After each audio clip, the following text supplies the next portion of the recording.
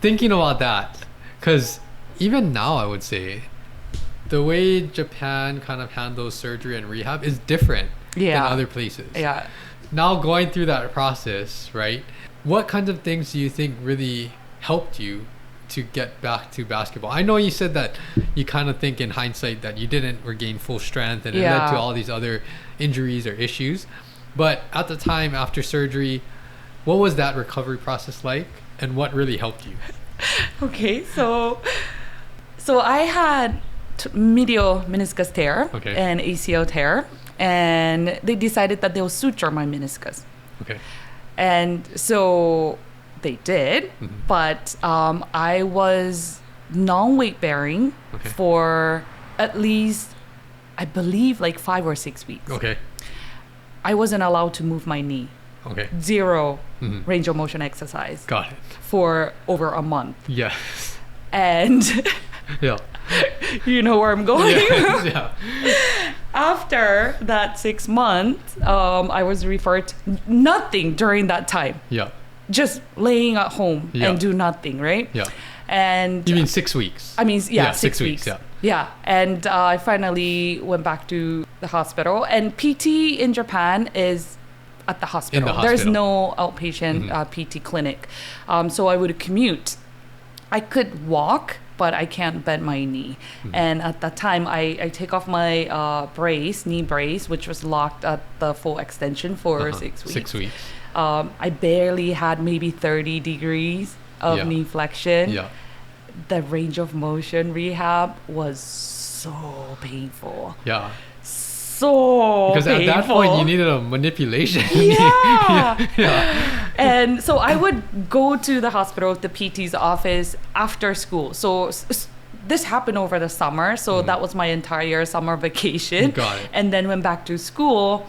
I could walk, but I couldn't play basketball. So after school, I would go to the hospital and they would do my rehab. But it was so painful to the point that I couldn't really eat lunch because I'm so nervous about the rehab. And I think about how painful that is, right?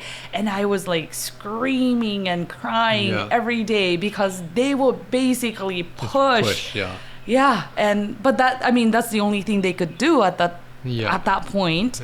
And I almost had to go through a second surgery to clean up the adhesion. Which I didn't have to.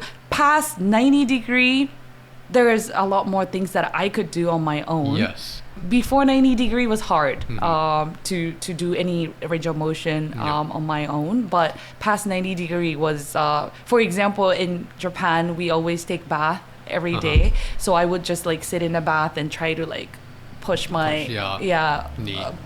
Butt into knee. Yeah. And it improved. So I didn't have to go through a second surgery, but it took a long time to regain full range of motion. Yes.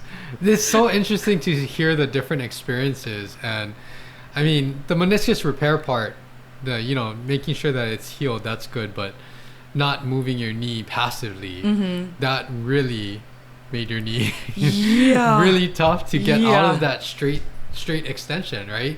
So I do want to fast forward because there's so many things that we want to talk about. But after that, kind of give the brief timeline of, when did you recover from ACL? When did you get cleared? When was that? Like how long after surgery? 6 months. 6 months. Okay. That was pretty early. How did you feel? Not ready, but mentally I wanted to play. Yes. So, and nobody's stopping me. Yes. So I did. What did you do then?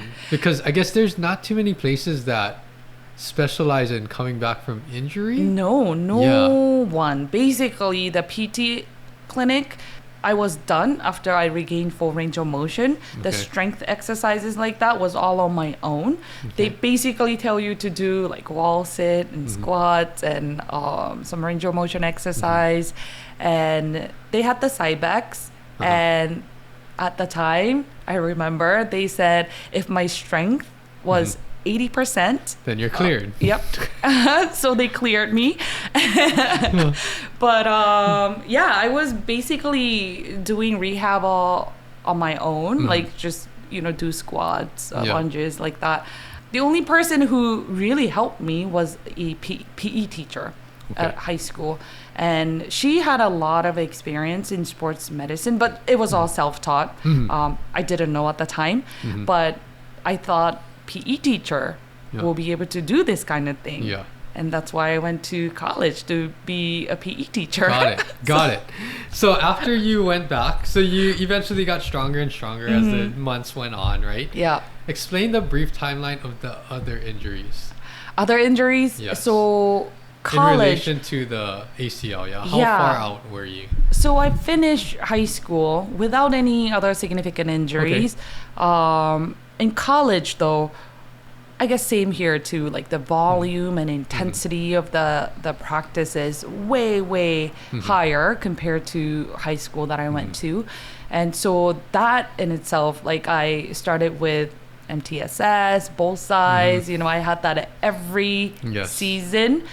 I think it was my freshman or sophomore, one of the earlier years. I felt a pull in your quad. In my quad.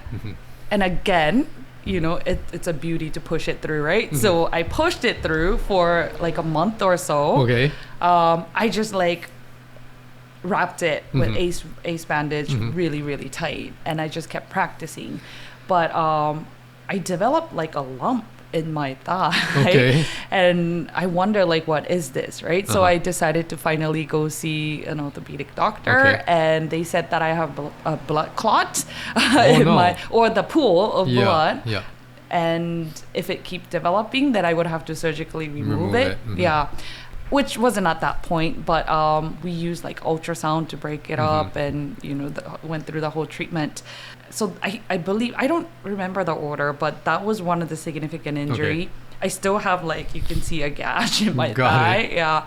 And then the other two injury was all on my right side, the injured side, the stress fracture on my tibia and calcaneus. And this is unreal. Orthotics.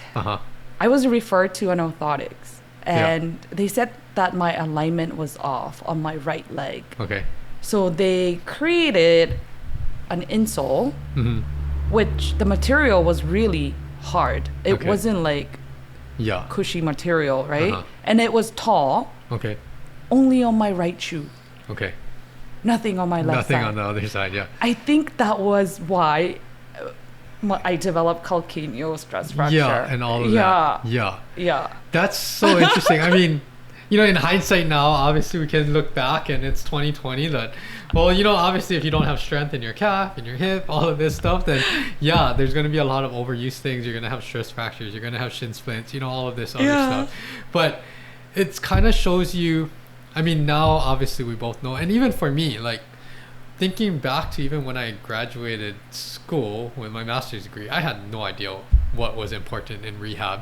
And obviously when you see the volume that I fortunately got to see, there's so many things that, wow, this is so complex to rehab a simple ACL. And I think that's the take-home message here, is that when you have an injury, it's a lot of things that you're going to do even after you're cleared to return to play, to continue to make sure that it doesn't become problematic or lead into other injuries. And unfortunately, you had to experience all of that. But maybe fortunately, that's what led you into athletic training.